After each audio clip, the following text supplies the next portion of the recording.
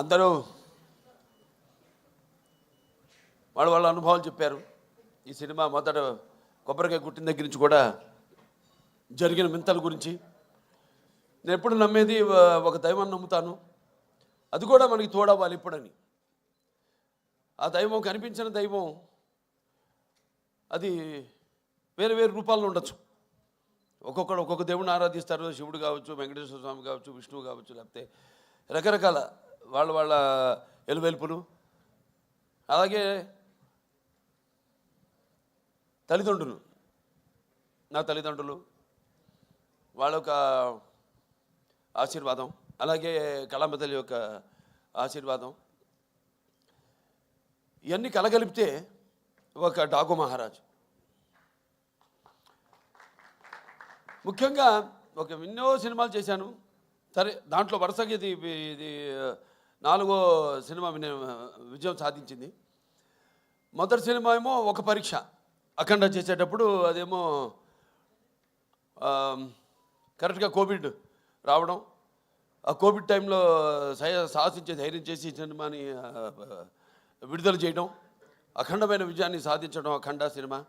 దాంతో అది సాధించడమే విజయం కాకుండా ఎన్నో ఇంకా ముందు తర్వాత ఎంతోమంది ధైర్యం చేసి సాహసించి వస్తారు, జనం చూస్తారు సినిమాల్ని అన్న ఒక ధైర్యంతో వాళ్ళ సినిమాలన్నీ ఆ తర్వాత తెలుగే కాకుండా అన్ని భాషల సినిమాలు కూడా వాళ్ళ సినిమాలను ధైర్యంగా విడుదల చేయడం జరిగింది. ప్రతిదీ ఒక ఛాలెంజ్. అయిపోయింది అఖండ, నెక్స్ట్ ఏమిటి అన్నప్పుడు ఒక వీరసింహారెడ్డి, అదైన తర్వాత సరే అది కూడా అయిపోయింది. అంటే ప్రతిదీ ఒక ఛాలెంజ్. అంటే పీక్స్కి వెళ్ళినప్పుడు ఎప్పుడు ఒక ఛాలెంజ్. నేను ఎప్పుడు అది ఛాలెంజ్గా తీసుకోను. ఎందుకంటే నాకు ప్రేక్షక దేవుళ్ళు వాళ్ళు ఇస్తున్న ప్రోత్సాహం అయితే ఏమి, లేకపోతే వాళ్ళకేం కావాలి. ఎందుకంటే మేము ఎప్పుడు ఎవ్రీడే కన్జ్యూమబుల్ కమోడిటీ, అంటే నిత్యావసర వస్తువును. సో మనం ముందే గ్రహించాలి. ఇప్పుడు వాళ్ళు ముందే ఏం కావాలి, అది ఒక ఫుడ్ విషయంలో కావచ్చు, లేకపోతే రకరకాల ఏమేమైతే ఉన్నాయో వాటిల్లో వాళ్ళు సర్వే చేసి, సో దాని తర్వాత వాటిని మార్కెట్లోకి తీసుకురావడం, ప్రమోట్ చేయడం. దాని తర్వాత అలాగే ఈ సినిమా కూడా, ఎందుకంటే సినిమా అనేది మనిషి ఒక ఈ దినచర్యల్లో అంటే సతమవుతూ అన్న పానీయాలు అనే అవసరాలతో పాటు ఈ సినిమాను కూడా ఎంచుకున్నాడు. కాబట్టి ఆ సినిమా ఎలా ఉండాలి, ప్రేక్షకులు ఎటువంటి సినిమాని మనం అందించాలి అన్నది ఆలోచించుకోవలసిన విషయం. ఇండస్ట్రీలో నిర్మాతలు అయితేనేమి, దర్శకులు అయితేనేమి, లేకపోతే మా నటీనటులు అయితేనేమి. అటువంటిది దాని తర్వాత ఒక నేలకొండ భగవంత్ కేసరి అదయింది. దాని తర్వాత ఏమిటి అన్నది స్టార్ట్ అయినప్పుడు ఈ డాకు మహారాజ్ సినిమా అంటే కథ నీటి గురించి. అది చాలా చిన్న సమస్య కావచ్చు ఇప్పుడు మనం అనుకోవడానికి, కానీ సినిమా ద్వారా దాన్ని ప్రజలు అది ముందు భవిష్యత్తులో ఎలా ఈ నీటి కోసమే ప్రజలు కొట్టుకు చేస్తారు అన్నది వాళ్ళ అవగాహన రేకెత్తించిన సినిమా మన డాకు మహారాజ్. టైటిల్ దగ్గర నుంచి కూడా ఒక ఛాలెంజ్, ఏం టైటిల్ పెట్టాలి ఈ సినిమాకి. అంశం ఎంచుకున్నప్పుడు ఈ ఒక నీటి సమస్యలు ఎంచుకున్నప్పుడు ఎన్నో సామాజిక మెసేజెస్, అంటే ప్రజలకి సినిమా కేవలం వినోదం కాదు, వాళ్ళ ఒక ఆలోచన రేకెత్తించాలి అన్నది నా నాన్నగారి నుంచి కూడా నాకు వరకు అది వస్తున్న ఒక పరంపర. దాన్ని ఎలా మనం ఈ సినిమాలో దాని గురించి ఇవ్వాలి. నేను ఒక రాయలసీమ అంటే అతి తక్కువ వర్షపాతం ఉన్న ప్రాంతం, దేశంలోనే 2 అతి తక్కువ వర్షపాతం ఉన్న ప్రాంతం. ఆ జిల్లాలో హిందూపురం ఎమ్మెల్యే నేను. ఆ ప్రాంతం యొక్క నీటి సమస్య అంతా తెలుసు. నాన్నగారి ఒక మానసిక పత్రికలు, ఈ తెలుగు గంగ అయితేనేమి, హెచ్ఎన్ఎస్ఎస్ అయితేనేమి, లేకపోతే గాలేరు నగరి అయితేనేమి, ఇవన్నీ అయిన తర్వాత ఎలా మళ్ళీ మనం పూర్తి చేసాం. తెలుగుదేశం అధికారంలో ఉన్నప్పుడు ఎలా, నేను ఎమ్మెల్యేగా ఉన్నప్పుడు అంతా రాసి పెట్టింది. నేను ఇప్పుడు ఎలాగైతే అన్నారు ఫస్ట్ టైం ఏమైనా బుక్ చేయడానికి ఆవిడ షిరిడీలో ఉంది, ఎవరు మన శ్రద్ధా శ్రీనాథ్, అలాగే ఈవిడేమో తిరుపతిలో ఉంది ప్రజ్ఞా జైస్వాల్. అలాగే ఈ నీటి సమస్య కరెక్ట్గా నేను ఎమ్మెల్యే అయినప్పుడే అది పూర్తి కావడం, నేను నా హిందూపురానికి నేను నీళ్లు ఇవ్వగలగడం. సో ఇదంతా అదంతా కాకతాళీయంగా యాదృచ్ఛికంగా జరిగింది. ఇప్పుడు ఆ నీటి సమస్య గురించి సినిమా తీయాలి అని ఒక ఆలోచన వచ్చింది. దాన్ని ఎలా ప్రజెంట్ చేయాలి మనం అనుకున్నప్పుడు రాజస్థాన్ ఎక్కడైతే ఏముంది, ఇక్కడ మన తెలుగు వాళ్ళు గొప్పతనం చాటుకుంటూ అక్కడ రాజస్థాన్లో కూడా మళ్ళీ మనం వాళ్ళు దుక్కు దున్ని నీరు పోసి నారు పెట్టి అలాగే కోత కోసి ఎలా చేయగలుగుతాం, అక్కడ కూడా మన ఒక ఇంజనీర్, ఒక సామాన్య ఇంజనీర్, ఒక తెలుగువాడు వెళ్ళి ఎలా చేయగలుగుతాడు. చేసాం మనం ఇక్కడ సృష్టికి ప్రతి సృష్టి చేసాం. ఎలాగైతే మన రాయలసీమ గురించి చెప్పాను, మన ఇది అవిభక్త ఆంధ్ర రాష్ట్రానికి 6 ముఖ్యమంత్రులు ఇచ్చింది రాయలసీమ అని. సో అది పెట్టుకుని మైండ్లో సమస్య చిన్నదే కావచ్చు, కానీ రాష్ట్రాలు వాళ్ళ నీళ్ళ కోసం కొట్టుకుంటున్నాయి. సరే, ఆ నేపథ్యంలో ఆ సినిమాని తీసుకోవడం, సెలెక్ట్ చేయడం, దాంట్లో పాత్రని ఎలా దాన్ని ఒక ఇంజనీర్ డాకుగా మారడం, అలా దాంతో మొదలయ్యాక సరే మీకు సినిమా గురించి ఈరోజు ఆ సినిమాని అఖండమైన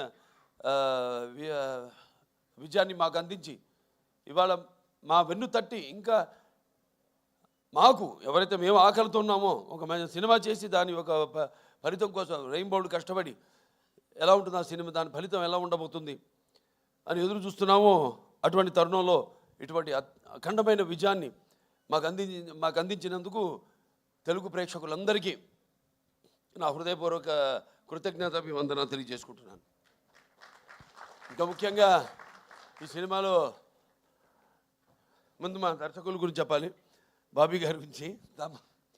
అంటే ముత్యాలు ఎలా ఏటమూలుగా జారితే ఎంత అందంగా ఉంటాయి కనపడడానికి, అలా ఎంతో అందంగా ప్రతి నటుడి దగ్గర నుంచి కూడా హావభావాలను రాబట్టుకోగలిగాడు మా దర్శకుడు బాబీ. అలాగే బాబీ ఎలాంటి ఒక ప్రియుడిని ప్రేమించినట్టు నన్ను ప్రేమించేసి ఏది వదలకుండా ఎంతో సున్నితంగా ఎంతో నాలో ఉన్న నట విశ్వరూపాన్ని ఆవిష్కరింపజేసిన బాబీకి నా హృదయపూర్వక కృతజ్ఞతలు తెలియజేసుకుంటున్నాను. ఒక నమ్మకం, ఏదైనా ఒక నమ్మకం ఉంటాను. అంటే ఆయన చూడడానికి ఎంత స్టైలిష్గా ఉంటాడు ఆయన, అలాగే ఫస్ట్ హాఫ్లో కూడా నన్ను అంత స్టైలిష్గా చూపించాడు ఆయన బ్రహ్మాండంగా. ఇక ప్రతి చాలా ఎన్నో విషయాలు డిస్కస్ చేసి సినిమాలో మేము అనుకున్నవి తీసినవి కూడా కొన్ని ఉన్నాయి ఇంకా. కానీ సినిమా నిడువుని బట్టి ఎంత ఉండాలి సినిమా, అంతే. ఒక చిన్న పాయింట్ నాకు ఇప్పుడు అంటుంటారు, సినిమాని ప్రేమించకూడదు మనం, సినిమా తీయాలి అంతే. ప్రేమించామంటే ఇక మన కంట్రోల్లో ఉండదు సినిమా అన్నది, వెళ్ళిపోతుంది. 3 గంటలు కూడా దాటుతుంది సినిమా. అలా కాదు, చెప్పేదైతే చిన్న పాయింట్ మంచి సన్నివేశాలతో క్లుప్తంగా చేయగలిగితే ఇవ్వగలిగితే అది డెఫినెట్గా సక్సెస్ అవుతుంది ఆ సినిమా అన్నది. అలాగే బ్రహ్మాండంగా వాళ్ళ టీము అందరు కూడా బ్రహ్మాండంగా వర్క్ చేసి ఇవాళ డైరెక్షన్ డిపార్ట్మెంటు క్రాంతి అయితేనేమి, లేకపోతే సోమరాజు గారు అయితేనేమి, రాధాకృష్ణ గారు అందరూ, అలాగే ఆయన రైటర్స్ మిగతా మన మోహన్ కృష్ణ గారు, చక్రి గారు, వినీత్ గారు అయితేనేమి, అందరూ ఎంతో బ్రహ్మాండంగా దాన్ని అందరూ కష్టపడి ఈ కథను చేయడం జరిగింది, ట్రీట్ చేయడం జరిగింది. ఇక మా తమన్ గారి గురించి వేరే ప్రత్యేకంగా చెప్పక్కర్లేదు. అందరితో ఇంటి పేరు మార్చేశారు. ఇప్పుడు నందమూరి ఎస్ఎస్ తమన్ కాదు, నందమూరి తమన్ అని. కానీ నేనంటాను ఈ రోజు నుంచి నందమూరి కూడా కాదు, ఎన్బికే తమన్ అని, అది బెటర్గా ఎన్బికే తమన్ అని. అని నామకరణం చేస్తున్నాను. దీర్ఘాయుష్యం. అలాగే ప్రతి ఒక్కళ్ళ గురించి చెప్పుకోవాలి సినిమాలో. మా రైటర్స్ అనంత శ్రీరామ్ గారు అయితేనేమి, అటు కాసర్ల శ్యామ్ గారు అయితేనేమి, సాహిత్యం అద్భుతమైన. ఇందాక అనంత శ్రీరామ్ గారు పాడుతుంటే నా కళ్ళల్లో నీళ్లు, అంటే చుక్క చుక్క పాట అద్భుతం. దాంతో చిన్ని చిన్ని అద్భుతం పాటలు. అలాగే మా కాసర్ల శ్యామ్ గారు అటు దబిడి దిబిడి మంచి మాస్ సాంగ్, ఐటమ్ సాంగ్ అన్నది. ఎందుకంటే ఏదో ఒక అమ్మాయి వచ్చి డాన్స్ చేసి వెళ్ళిపోవడం కాదు కదా, అమ్మాయి కూడా ఒక పాత్ర ఉంది ఆ సినిమాలో, ఊరేశ్వర ఒకటేలాగా. సో అద్భుతంగా ఆ పాట, దాని తర్వాత సర్కార్ పాట ఎంతో అద్భుతంగా అన్నీ కుదిరినాయి ఈ సినిమాకి. ఇక మా హీరోయిన్లు నా ప్రజ్ఞ జైస్వాల్, అఖండ నుంచి మా యొక్క ఈ యొక్క జర్నీ, అందులో కూడా ఎంతో అద్భుతమైన పర్ఫార్మెన్సు, గ్లామరు పర్ఫార్మెన్సు కలగలిపి ఎంతో అద్భుతంగా ఆవిడ రెండింటిని సమపాళ్లలో అందే కనిపించడం జరిగింది. సో మళ్ళీ తిరిగి మా కాంబినేషన్లో మళ్ళీ ఇది రెండో సినిమా, ఈ యొక్క డాకు మహారాజ్. ఈ చిత్రం కూడా విజయం కావడం తప్పకుండా ఎంతో అందం ప్లస్ టాలెంట్ రెండు కలగలిపిన మరొక ఆర్టిస్ట్ మన శ్రద్ధా శ్రీనాథ్. ఎంతో ముందు మాట్లాడినప్పుడు కూడా బాబీ గారు చెప్పారు, ఎంతో సెలెక్టివ్. తను కూడా చెప్పింది. నేను అంటాను, ఆర్టిస్ట్ అన్నది ఎప్పుడు, ఆర్టిస్ట్ అన్న వాడు ఎప్పుడు కనిపిస్తూ ఉండాలి, ఎప్పుడు should be always in the focus. ఎప్పుడు ఎక్కువ అంటే ఆవిడ రియలైజ్ అయినట్టుంది. Now she saying that. ఇప్పుడు అంటుంది ఆవిడ, కాదు నేను ఇక్కడి నుంచి ఎక్కువ సినిమాలు నటిస్తాను నేను అంటే, మంచి సినిమాలే. ఎందుకంటే ఆవిడకున్న ఇమేజ్కి, ఆవిడకున్న టాలెంట్కి తగ్గట్టుగా ఆవిడకి పాత్రలు వస్తాయి. మరి నేను అన్నది ఏదో ఇందాక ప్రేమించకూడదు సినిమానని, కథ వరకు పాత్ర వరకు మాత్రం ఎప్పుడూ కనిపిస్తూ ఉండాలి. ఉంటేనే ఆర్టిస్ట్ని మర్చిపోరు, ఎప్పుడు ఆర్టిస్ట్ గుర్తుండిపోతాను. సో అద్భుతమైన బరువైన పాత్రని ఎంతో అద్భుతంగా నటించిన శ్రద్ధా శ్రీనాథ్కి నా అభినందనలు తెలియజేసుకుంటున్నాను. ఇంకా మా చాలామంది ఫైట్ మాస్టర్ వెంకట్ మాస్టర్ గారు, అలాగే మా కెమెరామెన్ విజయ్ కార్తిక్ గారు, ఇక మా డాన్స్ మాస్టర్ శేఖర్ మాస్టర్ గారు అయితేనేమి, శివ మాస్టర్ గారు అయితేనేమి, అందరూ ఎంతో అద్భుతంగా వాళ్ళకి అప్పచెప్పిన వాళ్ళ పనులను ఎంతో 100కి 100 పాళ్ళు న్యాయం చేసి ఈ సినిమాలో ఏదైతే మా నిర్మాత వంశీ గారు కలగన్నారు, ఆయన అభిమాని ఫ్యాను, అటువంటిది ఒక కొత్త బాలకృష్ణ నేను ఆవిష్కరించాలి ఈ సినిమాలో అని ఏదైతే ఆయన కలగన్నాడో, అలా ఆయన ప్రతి దాంట్లో కూడా ఆయన కేవలం నిర్మాతగా కాకుండా ఒక టెక్నీషియన్గా అన్ని క్రాఫ్ట్స్ మీద మంచి గ్రిప్ ఉన్న నిర్మాత మన వంశీ గారు. అటువంటి నిర్మాత కూడా మనకు ఉండడం ఒక ఆయన అభిమానిగా నాకు చాలా గర్వంగా ఉంది. సో ఆయన్ని ఈ యొక్క సందర్భంగా ఆయన్ని అభినందిస్తూ ఇంకా ఎన్నెన్నో మంచి అద్భుతమైన సినిమాలు తీశారు ఆయన బ్యానర్లో. ఇంకా ముందు ఇంకా మంచి మంచి సినిమాలు కూడా తీయాలని ఆయన అభినందిస్తూ, లాస్ట్ బట్ నాట్ మన వేద రాజా ఎంతో అద్భుతంగా పాత్రని డైరెక్టర్ గారు చెప్పారు. ఆవిడ గురించి ఎప్పుడు అవుతాను ఉండేది సెట్లో, అసలు కూర్చొని ఎరగను, లేకపోతే అలసిపోయి అట్లా కురుకు తీయడం కానీ ఎరగను నేను. ఎప్పుడు ఎంతో అటు విన్నట్టే అటు ఇటు చూసుకుంటూ మళ్ళీ చెప్పినట్టు డైరెక్టర్ గారు కెమెరా ఆన్ అనగానే ఏమిందో ఏమి ఎప్పుడు చూస్తుందో తెలియదు కానీ అచ్చం అనుగా చెప్పినట్టే అంత బ్రహ్మాండంగా అభినయించింది ఆ పాత్ర. మరి ఫస్ట్ హాఫ్లో అద్భుతంగా అసలు ఆ డైలాగ్స్ ఏదైతే బండి డ్రైవర్గా సెలెక్ట్ చేయడానికి నన్ను బండి తోలమంటుందో, బండి వెనక్కి రివర్స్ తోలుతుంది, దాన్ని బండిని ఆపగానే ఎందుకు నేను ఆపనలేదు కదా, ఎందుకు ఆపామంటే వెనకాల పూల కుండీలు ఉన్నాయమ్మా దిగి వెళ్ళి చూస్తే అప్పుడు అంటాను వాటిల్లో కూడా పూల చెట్లకు కూడా ప్రాణం ఉంటుంది కదమ్మా అనగానే ఒకసారి ఆ పక్కన ఎవరైనా మకరంద్ ఆయన వెంటనే ఎంత అంటే ఎంతమంది వచ్చాడు ఇక్కడికి అనేది ఎంతో అద్భుతంగా ప్రతిదీ ఎంతో బాగా నటించేది పాప. మంచి భవిష్యత్తు ఉంది. ఫస్ట్ స్టడీ వెల్, ముందు पढ़ना भी, उसके साथ बाद में धीरे धीरे యాక్టింగ్ करना. సరే మన సినిమాకి వస్తే చాలామంది అనుకుంటారు పాత్రల గురించి. ఇప్పుడు పాత్రలు పరకాయ ప్రవేశం అంటే పాత్ర సినిమా కథను ఓకే చేసి ఆ పాత్రకు వెళ్ళే వరకు నాకు తెలీదు. అంటే నేను నా వాచకం, నా ఆంగికం కానీ, నా ఆహార్యం కానీ ఎలా ఉంటుందో నాకు ఐడియా లేదు, ఉండదు. ప్రతి పాత్రకు ఒకటే చేస్తాను నేను. కాకపోతే ఒక్కసారి ఆ పాత్రలోకి వెళ్ళినప్పుడు ఆ పాత్ర నన్ను ఆ పరకాయ ప్రవేశం చేసినప్పుడు అంటే నేను ఎప్పుడు చెప్తుంటాను, ఒక యాక్టింగ్ అంటే కేవలం అరవడం, నవ్వడము, ఒక తృప్తి పరిచే ఒక అరుపు, ఒక డైలాగ్ అరవడము కాదు. పాత్ర అంటే ఒక పరకాయ ప్రవేశం.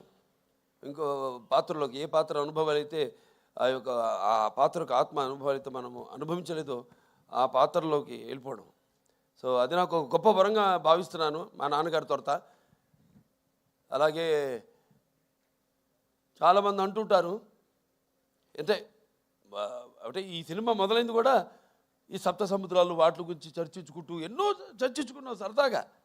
ఇక చర్చించుకోవడానికి ఉంది, సబ్జెక్ట్ ఇంత అనుకుంటాం, దాన్ని కుదిస్తాం మళ్ళీ. నేను చెప్పినట్టు 2.5 గంటలు అంటే మనకి ఎలా ఉన్నాయి, లవణ సముద్రం అయితేనేమి, ఇచ్చు సముద్రం అయితేనేమి, లేకపోతే సర్ప సముద్రం అయితేనేమి, దతి సముద్రం అయితేనేమి, క్షర సముద్రం అయితేనేమి, లేకపోతే శుద్ధ సముద్రం అయితేనేమి, ఇలా మన దాంట్లో కూడా మన శరీరంలో కూడా 7 సముద్రాల నుంచి మొదలైంది. మన ప్రపంచంలో కూడా 7 సముద్రాలు ఉన్నాయి. ఎలా ఏం చేద్దాం, ఈ నీళ్ళ గురించి ఎన్నో డిస్కషన్స్ చేసాం. వాటర్ గురించి ఒక సీన్ కూడా తీసేసాం, నిడుగు ఎక్కువైందని. దాంట్లో మన గురించి చెప్పుకుంటాం. ఏది మన సార్ ఆర్థర్ కాటన్ ధర ఒక్కడే గోదావరి దగ్గర ధవళేశ్వరం ఆనకట్ట కట్టించాడు. అలాగే ఈ యొక్క ఏదైతే పట్టిసీమ ద్వారా సముద్రంలో వృధాగా కలిసిపోతున్న నీళ్లను మళ్లించి అతి తక్కువ వర్షపాతం ఉన్న ప్రాంతాలకి, కరువు కాటకాలు విలయతాండవాడుతున్న ప్రాంతాలకి నీళ్ళిచ్చిన చరిత్ర మంది అని, ఇలా ఎన్నో అన్నీ అంటే ఒక మన తెలుగువాడు గొప్పతనం. ఇవాళ ఇక్కడే కాదు, ఎక్కడికి వెళ్ళినా అంతా మన తెలుగువాడు ఉన్నారు ప్రపంచంలో. అటు అమెరికా వెళ్ళినా, ఇటు ఆస్ట్రేలియా వెళ్ళినా. అందుకే ఈయన చెప్పినట్టు, తమన్ గారు చెప్పినట్టు, సినిమా అక్కడ అమెరికా అయితేనేమి, ఇటు ఆస్ట్రేలియా అయితేనేమి, ఇటు ఇంగ్లాండ్ అయితేనేమి, ఇటు అక్కడ ఆఫ్రికా అయితేనేమి, ఎక్కడెక్కడ మన ప్రవాస తెలుగు వాళ్ళు ఉన్నారో అక్కడ వాళ్ళే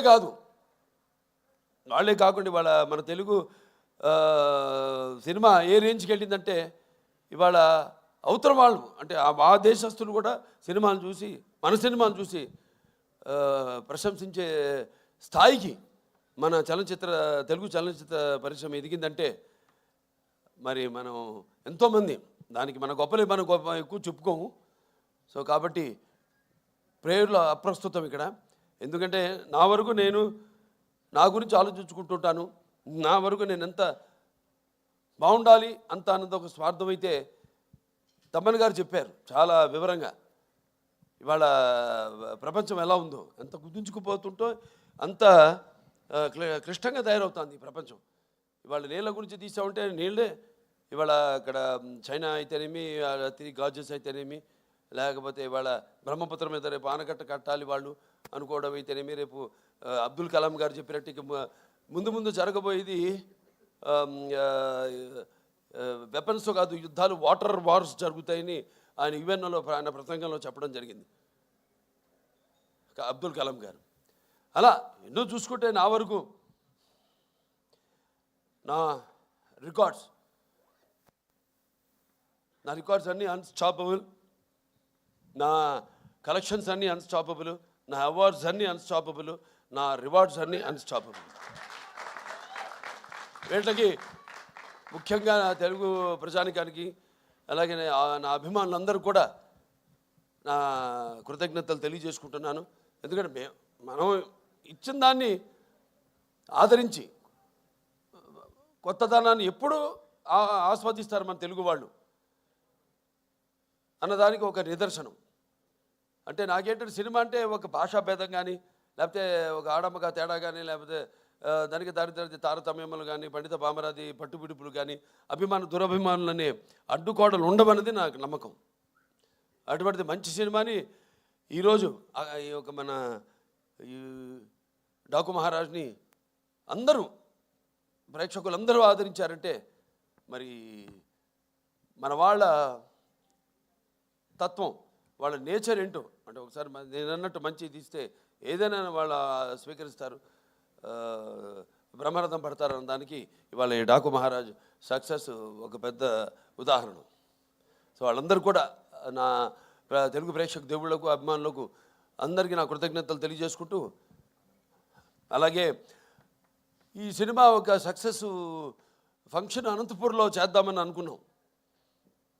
అనుకున్నప్పుడు ఆ క్రితం ముందు రోజు ఒక అనుకోని సంఘటన జరగడం, దాంతో మళ్ళీ దాన్ని క్యాన్సిల్ చేయడం, ఎంతో వ్యయప్రయాసాలు కూర్చి అభిమానులు అక్కడ మా టీంని స్వాగతం పలకడానికి ఎన్నో ఏర్పాట్లు చేసుకున్నారు వాళ్ళంతా. అటువంటిది క్యాన్సిల్ అయింది, వెళ్ళలేకపోయాం. రేపు 22 వచ్చే 22 అంటే బుధవారం అక్కడ అనంతపూర్ వాళ్ళ సమక్షంలోనే అనంతపూర్ అభిమానులు అక్కడ మా ప్రజల యొక్క సమక్షంలో రేపు ఈ యొక్క డాకు మహారాజ్ యొక్క విజయోత్సవ పండుగను అక్కడ జరుపుకోబోతున్నాం అని చెప్పుకోవడానికి ఎంతో సంతోషంగా ఉంది. సో చాలా మరొకసారి అందరికీ నా ధన్యవాదాలు తెలియజేసుకుంటున్నాను. ఇక ముఖ్యంగా పాత్రికేయ సోదరులందరికీ, ప్రింట్ అండ్ ఎలక్ట్రానిక్ మీడియా వారందరూ కూడా ఒక మంచి సినిమాని ఇచ్చినందుకు మంచి రివ్యూస్ ఇచ్చి దాన్ని ప్రచారకర్తలుగా ఇప్పుడు ఏదైనా ఉంటుంది, ఒక ప్రభుత్వం ఒకటి అనుకుంటే దాన్ని మరి ప్రజల్లోకి తీసుకెళ్లేది ఎవరంటే కింద బ్యూరోక్రాట్స్, దాన్ని ఇన్కార్పొరేట్ చేయడం. అటువంటిది మంచి సినిమానికి మంచి రివ్యూస్ ఇచ్చి ప్రజల్లోకి తీసుకెళ్ళిన నా పాత్రికేయ సోదరులందరూ కూడా నా కృతజ్ఞతలు చేసుకుంటూ మరొకసారి అందరికీ టీం అంటే కార్ డ్రైవర్ నుంచి కూడా ప్రొడక్షన్ బాయ్ వరకు మాకు వంటలు వండి పెట్టిన వంటవాడి దగ్గర నుంచి కూడా ప్రతి ఒక్కరికి పేరు పేరున నా కృతజ్ఞతలు తెలియజేసుకుంటూ నేను సెలవు తీసుకుంటున్నాను. థ్యాంక్ యూ బాలకృష్ణ గారు. అండ్ ఇప్పుడు బాలయ్య యువసేన కుక్కట్పల్లి నుంచి